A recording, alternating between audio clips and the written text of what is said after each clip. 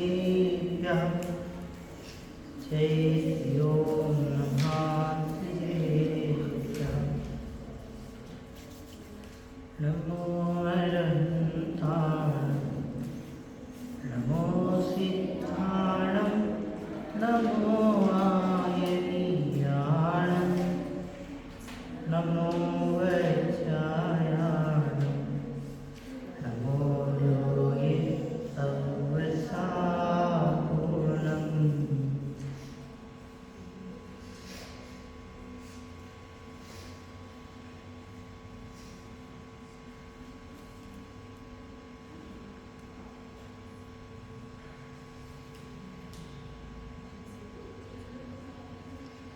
मंगलम भगवान वीरो मंगलम गौतमोदय मंगलम सुंदरनाथो जय हरमोस्तु मंगलम सर्वमंगलमांगल्यं सर्वकल्याणकारिणं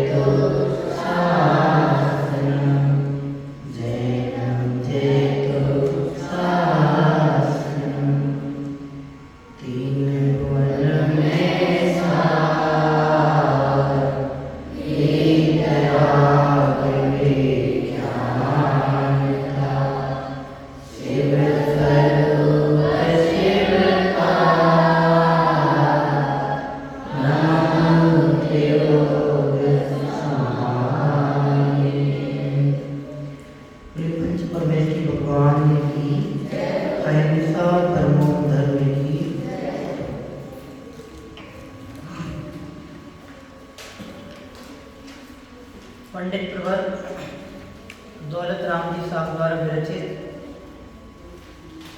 वो तो भैया इसमें सफोकेशन हो रहा है, क्यों बंद कर दिए सारे दरवाजे? दौलत राम जी साहब द्वारा विरचित ग्रंथ श्री शैढाला जी हमारे समक्ष विराजमान है। शैढाला जी की प्रथम ढाल के आधार से अपना सायंकालीन स्वाध्याय क्रम चल रहा है, जिसमें हम प्रथम ढाल के छंदों के आधार से क्रमशः बढ़ते हुए संसार के दुखों के बारे में पढ़ रहे हैं। कल हम बात कर रहे थे छंद क्रमांक 14 जो मनुष्य गति के दुखों को बताता हुआ दौलत राम जी साहब ने लिखा है।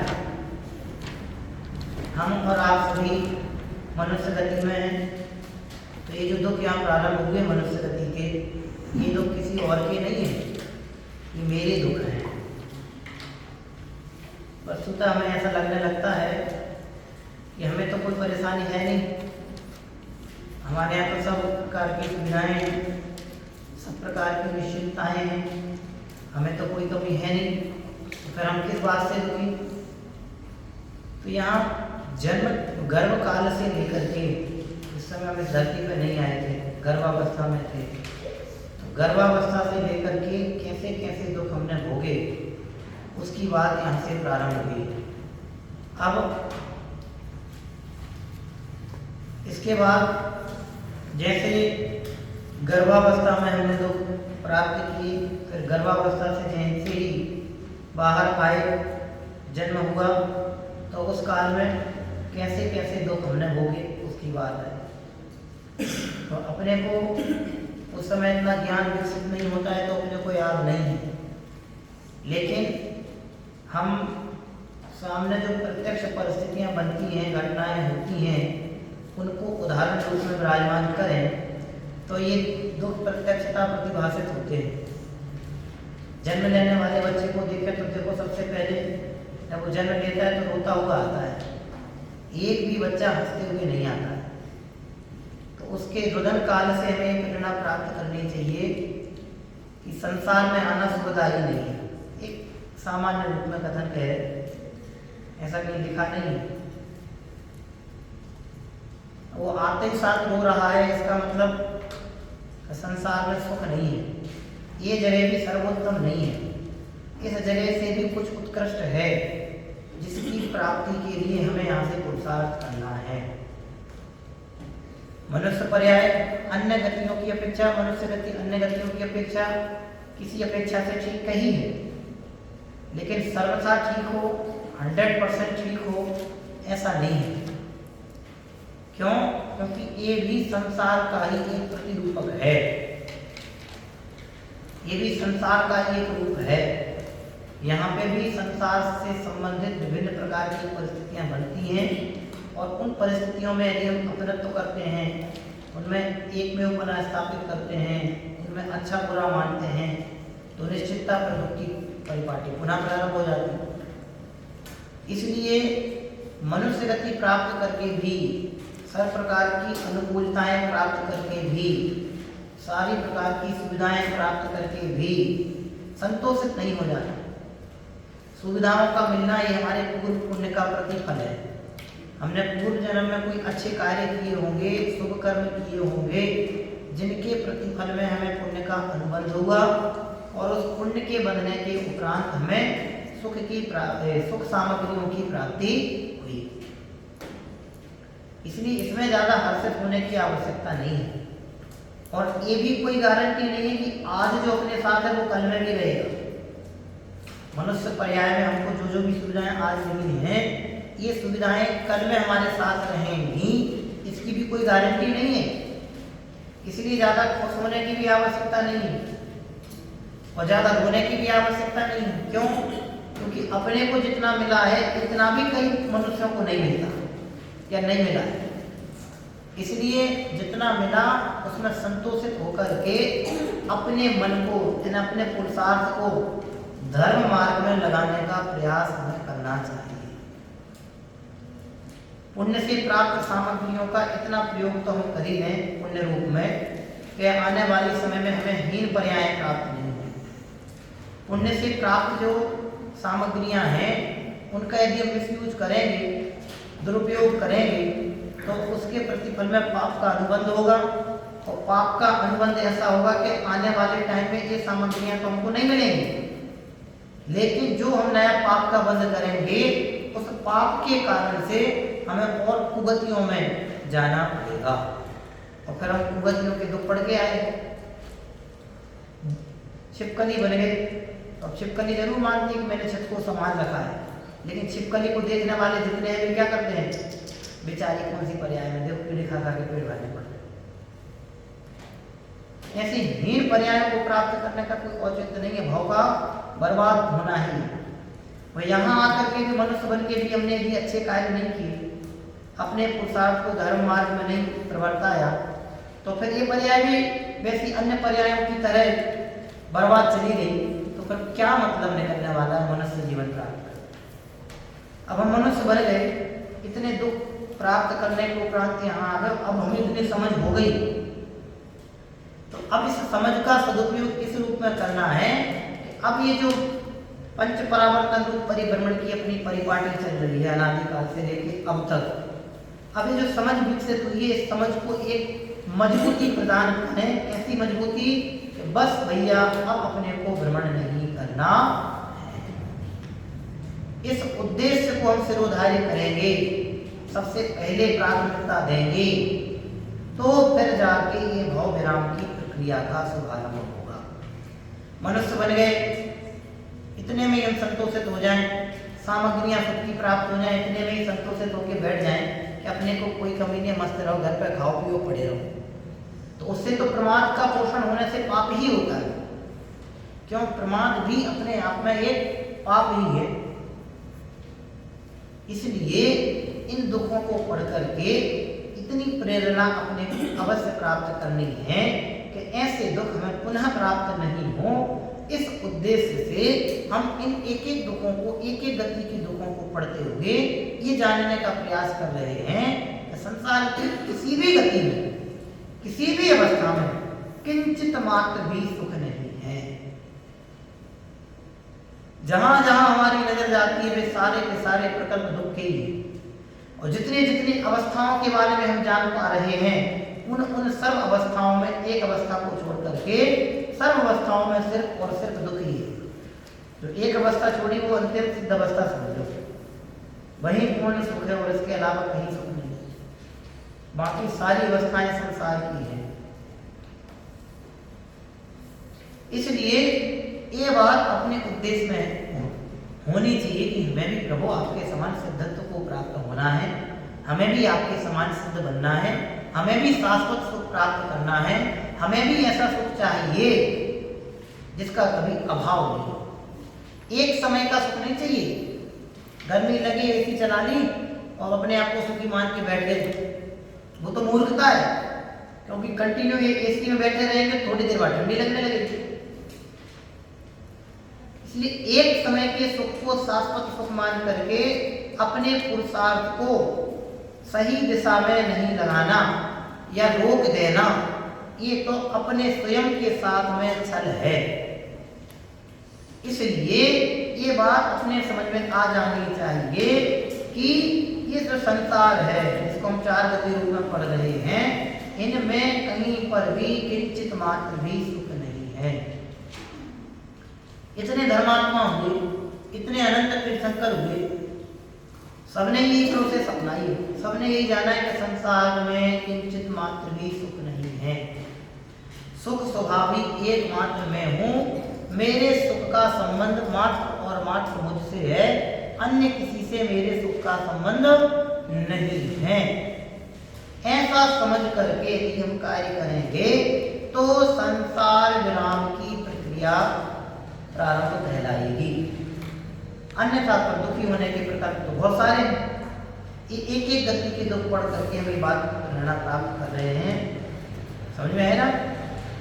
कल हमने पढ़ा था जननी उदर बसो नवमास, अंग सकुचते पायो त्रास, निकिसत जे दुख पाए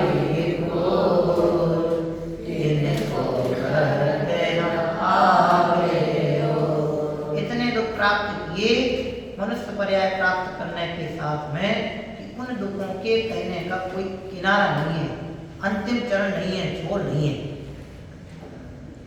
ऐसे दुख प्राप्त करके हम यहाँ तक आए हैं।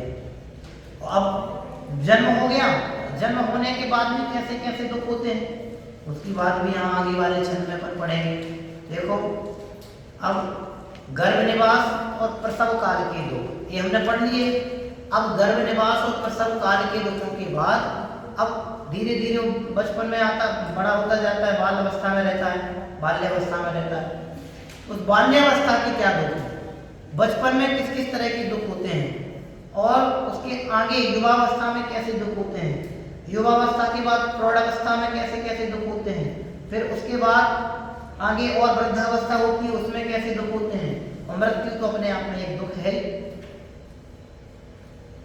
मृत्यु कोई नहीं चाहता। आप चिंटी को देखेंगे, चिंटी के पास हाथ दे जाएंगे तो वो भी अपने प्राणों पर संकट आया हुआ देखकर आपके हाथ का स्पर्श या शरीर की सुगंध से वो पीछे हटने लगती है। ऐसे चिंटी चल रही हो और ऐसे कर तो पीछे हटने लगती है।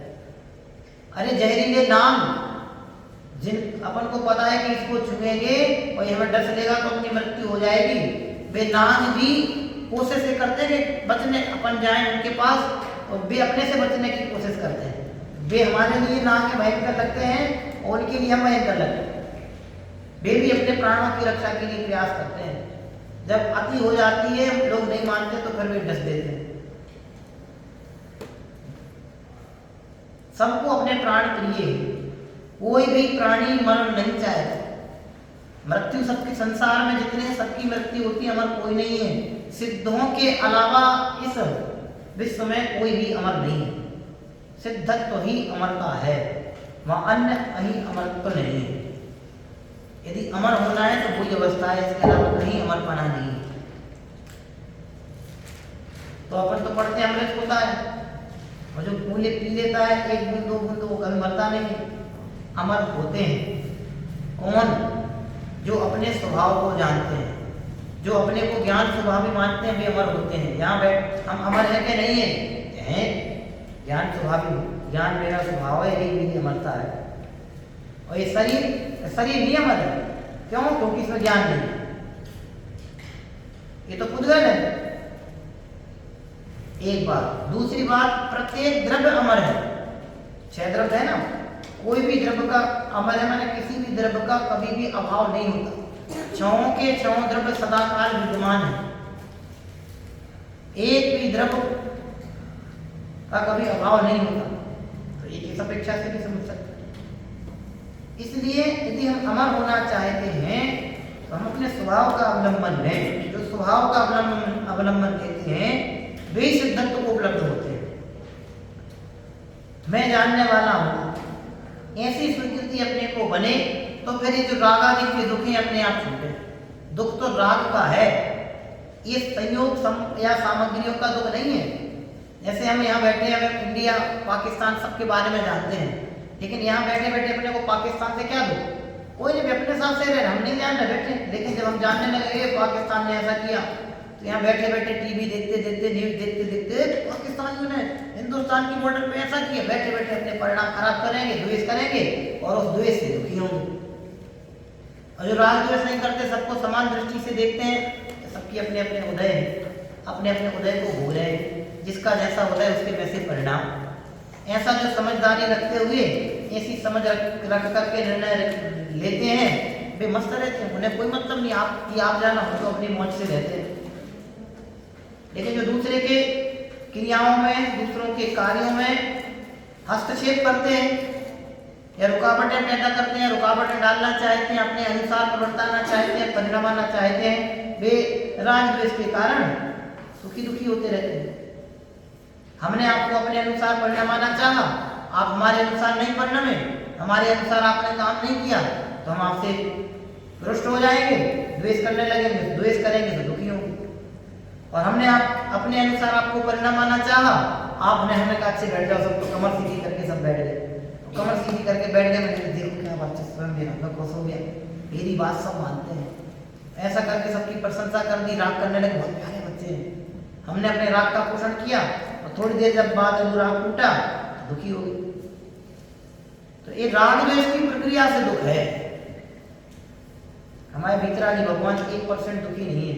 तो यहाँ उनकी पूजा करो चाहे बिल्कुल नहीं करो, एक दिन नहीं करो तो कोई दिक्कत नहीं है ना। ऐसा अरे तुम कभी मत करो तो वे आपसे कहने नहीं आएंगे कि चलो अमर बाबू आज 15 दिन हो गए तुमने अभिषेक नहीं किया, आज हमारा अभिषेक करो। कोई को नहीं पड़ी। भीतरागियों के विकल्प भी नहीं आते और रागियों के विकल्प टूटते नहीं।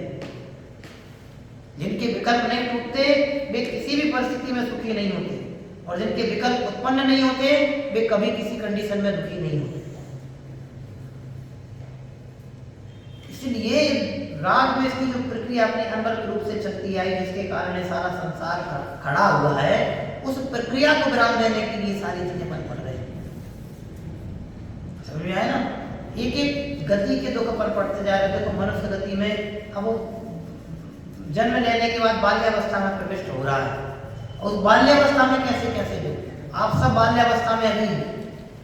अब आपको आपके दुख पता होने चाहिए। आप एक चार्ट तैयार करें कि आप बचपन में हैं, अभी बाल्यावस्था में आप रह रहे हैं, किस किस तरह के आपको दुख होते हैं और कहाँ कहाँ आपको सुख लगता है। आप एक चार्ट बनाओ, एक तरफ सुख लिखो, एक तरफ दुख लिखो, तो आप पाएंगे कि दुख ही ज्यादा है। आपको खेलना ज्यादा पसंद है, खेलने नहीं मिलता। आपको माता पिता के साथ रहना पसंद है, आप माता पिता के साथ नहीं रह पाए। ये तो स्थूल स्थिति। और भी अनेक प्रकार के दुख हैं। यहाँ जो एक मेन दुख बताएंगे उसके कारण सारे दुख पनपते जाते हैं, वो तो एक है ही। आप खुद अनुभव करो कि आप खुद समझ इतनी विकसित करो। यहाँ बाल्यावस्था में, बचपने में आपको किस किस तरह के दुख हो रहे हैं, आप किन किन परिस्थितियों का सामना कर रहे हैं, और उससे आपको सुख हो रहा है कि दुख हो रहा है, सुख लगता है ज्यादा या दुख लगता है ज्यादा, आप खुद पाएंगे। नहीं भैया, एक एक अवस्था में कितने दुख। सुबह से चलो पूरे समय का मत लिखो, आज के दिन का लिखो। आप सुबह से लेकर शाम तक में आपने कितनी प्रक्रिया की, उसमें आपको कितना अनुकूल कितना प्रतिकूल प्रतिभाग। बच्चे होते हैं स्कूल जाना पसंद नहीं होता, लेकिन माता पिता स्कूल भेजते हैं। स्कूल में चले भी जाते हैं, पढ़ना पसंद नहीं होता, लेकिन टीचर पढ़ाते तो बेचारे बैठे रहते हैं। एक क्लास में कंटिन्यू 6 घंटे निकालने बैठे हैं। और किसी को मैथ पसंद है, किसी को साइंस पसंद है, किसी को कुछ नहीं, लेकिन सारे सब्जेक्ट पढ़ नहीं पढ़ते हैं तो टीचर की पिटाई, डांट, और टीचर की डांट से भी काम नहीं चलता तो माँ की डांट, पिता की डांट, इसके उलाहने, उसकी शिकायत, इसमें ही परेशान बना रहता है। स्कूल मोटे मोटे तो समझ में आती ना अपने को बात। आपको कोई चीज खाना पसंद हो, मम्मी ने बोले तो अवश्य आप उसमें लग जा रहे हो, आपकी इच्छा पूरी नहीं हुई, इच्छा पूरी नहीं हुई तो दुख खड़ा हो गया। उस दिन बताया था ना, दुख का लक्षण आकुलता है, और आकुलता इच्छा होने पर उत्पन्न होती है। अब आपकी इच्छा हुई, पूरी नहीं हुई तो आकुलित हुए, आकुलित हुए तो दुखी हो गए। आप चाहते हो कि हम ये खा लें, हम बच्चों के साथ जाके खुले में खेला है, और खुले में खेलना आपको मिलता नहीं। आप चाहे तो हमें स्कूल नहीं जाना पड़े, स्कूल जाना पड़ता है, तो ये दुख ही तो लगते हैं। आपको किसी कलर के कपड़े पसंद है, आपको व्हाइट पहना के बैठा देते हैं। तो ये स्थूल जहां जहां इच्छा पूरी नहीं होती, वहीं वहीं से दुखों का शुभारंभ होने लगता है। एक एक समय की परिस्थितियों का आप आकलन करें तो आप पाएंगे कि प्रति समय दुखी ज्यादा होते हैं, सुख का तो काम ही नहीं है। क्यों? सच्ची समझ के बिना सुख का शुभारंभ नहीं होता। सच्ची समझ के अभाव में दुख ही पनपते हैं, और सच्ची समझ का शुभारंभ जैसे होता है, सच्ची समझ का बनना वही सुख का शुभारंभ है। इसलिए यहाँ ये एक लिख रहे हैं, देखो अब मनुष्य अवस्था में मनुष्य गति में बाल्यावस्था की क्या दुख है। देखो छंद पढ़ते हैं अपनी पुस्तक में, सब देखना, उसके बाद पढ़ना। बालपने में ज्ञान न लगो, तरुण समय तरुणी रत रहो।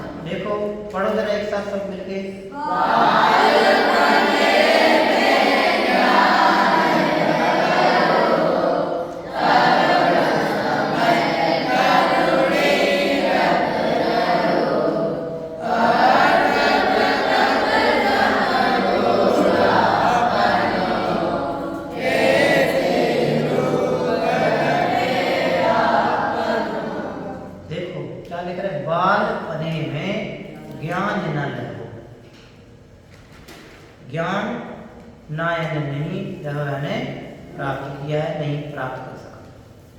कब? बालपने में, बचपने में यह ज्ञान प्राप्त नहीं कर सका। मैंने जितनी समझ इसमें होनी चाहिए थी उतनी समझ इसकी नहीं रही। ज्ञान का कभी ज्ञान प्राप्त नहीं कर सका माने ज्ञान का अभाव हो गया, ऐसा नहीं। ज्ञान का तो जीव से कभी अभाव नहीं हो सकता। क्यों नहीं हो सकता?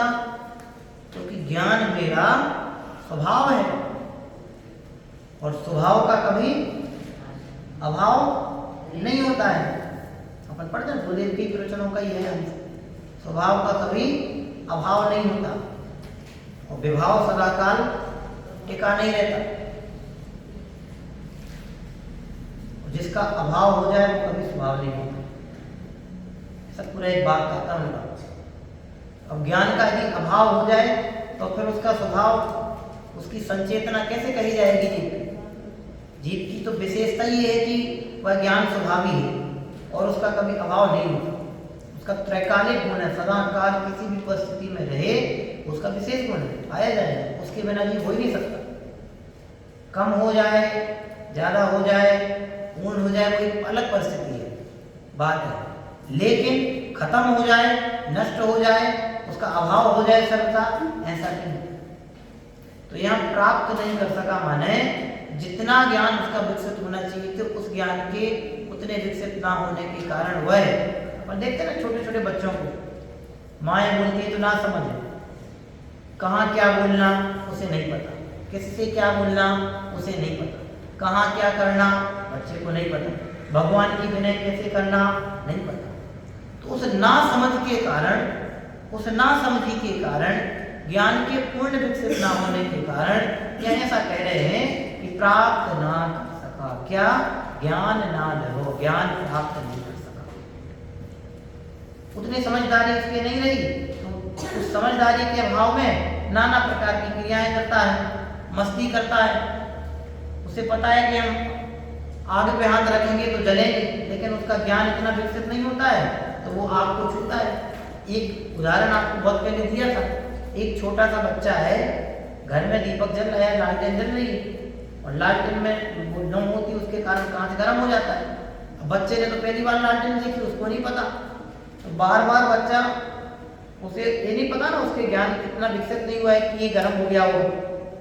तो बच्चा उसकी चमक, वो प्रकाश देख करके बार बार उसको छूने का प्रयास करता है। लुढ़क लुढ़क के ऐसे चलते जाते हैं बच्चे, खिसक के सकते, तो बार बार वहां जा रहा है। उसकी मम्मी बार बार उसको पीछे खींचती है। जब बहुत देर हो जाती है, बच्चा नहीं मानता है, बार बार रोने लगता है, वो जाता है, उसका ज्ञान इतना विकसित नहीं हुआ अभी कि वो गर्म है। और उसकी मम्मी भी क्या करती है, उसको गुस्सा आ जाती है तो ला पकड़ के, और जैसे वो हाथ लगा गर्म है, अब उसका ज्ञान विकसित हो गया, ये गर्म है। अब उसकी माँ जब तक उसको नहीं पता था तो बार बार छूने का प्रयास कर रहा था, तो माँ हटा रही थी, तब भी नहीं मान रहा था हटाने से। अब उसने, जब उसकी माँ ने आवेश बस किया, उसकी परिस्थिति को देख के उसे छुआया और उसे पता चल गया कि ये गर्म है, इसको छुआएंगे तो हमें तकलीफ होती है, जलन होती है। अब उसकी माँ हाथ पकड़ के छू, एक बार तो जैसी माँ उसके पास करती, बच्चा रोने लगता है, दूर करने लगता है। अब उसके समझ विकसित हो गई ना, तो समझ के अभाव में, ज्ञान के उतने विकास के अभाव में वह कदम कदम पे दुखी होता है। बच्चे खेल खेलते हैं, खेल खेल में मकान दे दिया हमने उसको, बच्चे को, ये तुम्हारा मकान है, हमारा मकान, समझ में है ना। जैसे अपन बड़े लोगों में होता है, रेल में अपन यात्रा कर रहे हो तो अपनी दो सीट, सामने वाले की दो सीट, अपन दोनों बैठ गए, पति पत्नी, सामने वाले की जब तक नहीं आए, अब वो दोनों भी आ गए तो भैया ये हमारी सीट पर मत बैठो, अब वो अपने लेके आए, जब तक खरीदी तब तक उसकी, लेकिन क्या बोलते हैं मेरी सीट। ऐसी बच्चों को गेम में मकान दे दिया खेल खेल में, और उसने ये तुम्हारा मकान, ये हमारा मकान। वस्तुता तो सबके एक दूसरे के मकान थे वो। अब हमने बोला उससे कि ये मेरा मकान, ये मेरा मकान, ये तेरा मकान, जबकि वो उसका मकान था, ये मेरा ही मकान है। ये उसको दे दिया, वो मैंने अपना बना लिया खेल में। अब वो मान के बैठे, नहीं मेरा मकान, जाओ भगो यहाँ से, हमारे घर से जाओ। अरे भैया खेल में तुम्हारा मकान था, अरे नहीं, फिर वो रोता है। बालपने में ज्ञान, बचपने में ज्ञान का उतना विकास नहीं होता है तो वो कदम कदम पर दुखी होता है, रोता है।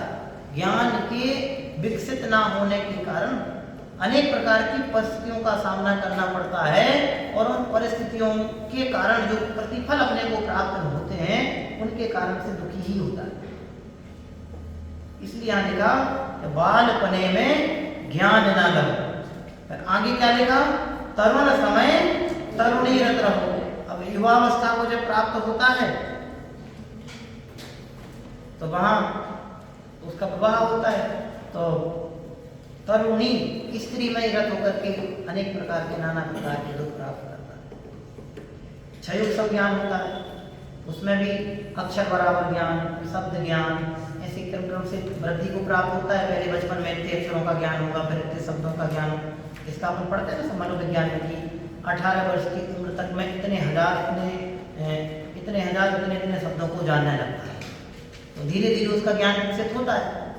लेकिन जब तक ज्ञान विकसित नहीं होता है तब तक वह कदम कदम पर दुखी होता रहता है। तो ऐसे नाना प्रकार के दुख इस बाल्यावस्था में प्राप्त करता है। फिर ऐसे ही जैसे आगे बढ़ता जाता है वैसे वैसे इसके दुखों की श्रृंखला भी बढ़ती जाती है। अभी आज आपको कोई टेंशन नहीं है, लेकिन ज्यों ज्यों आप बड़े होंगे, पढ़ाई लिखाई, इसकी टेंशन, उसकी टेंशन, इसकी चिंता, उसका तनाव, टेंशन।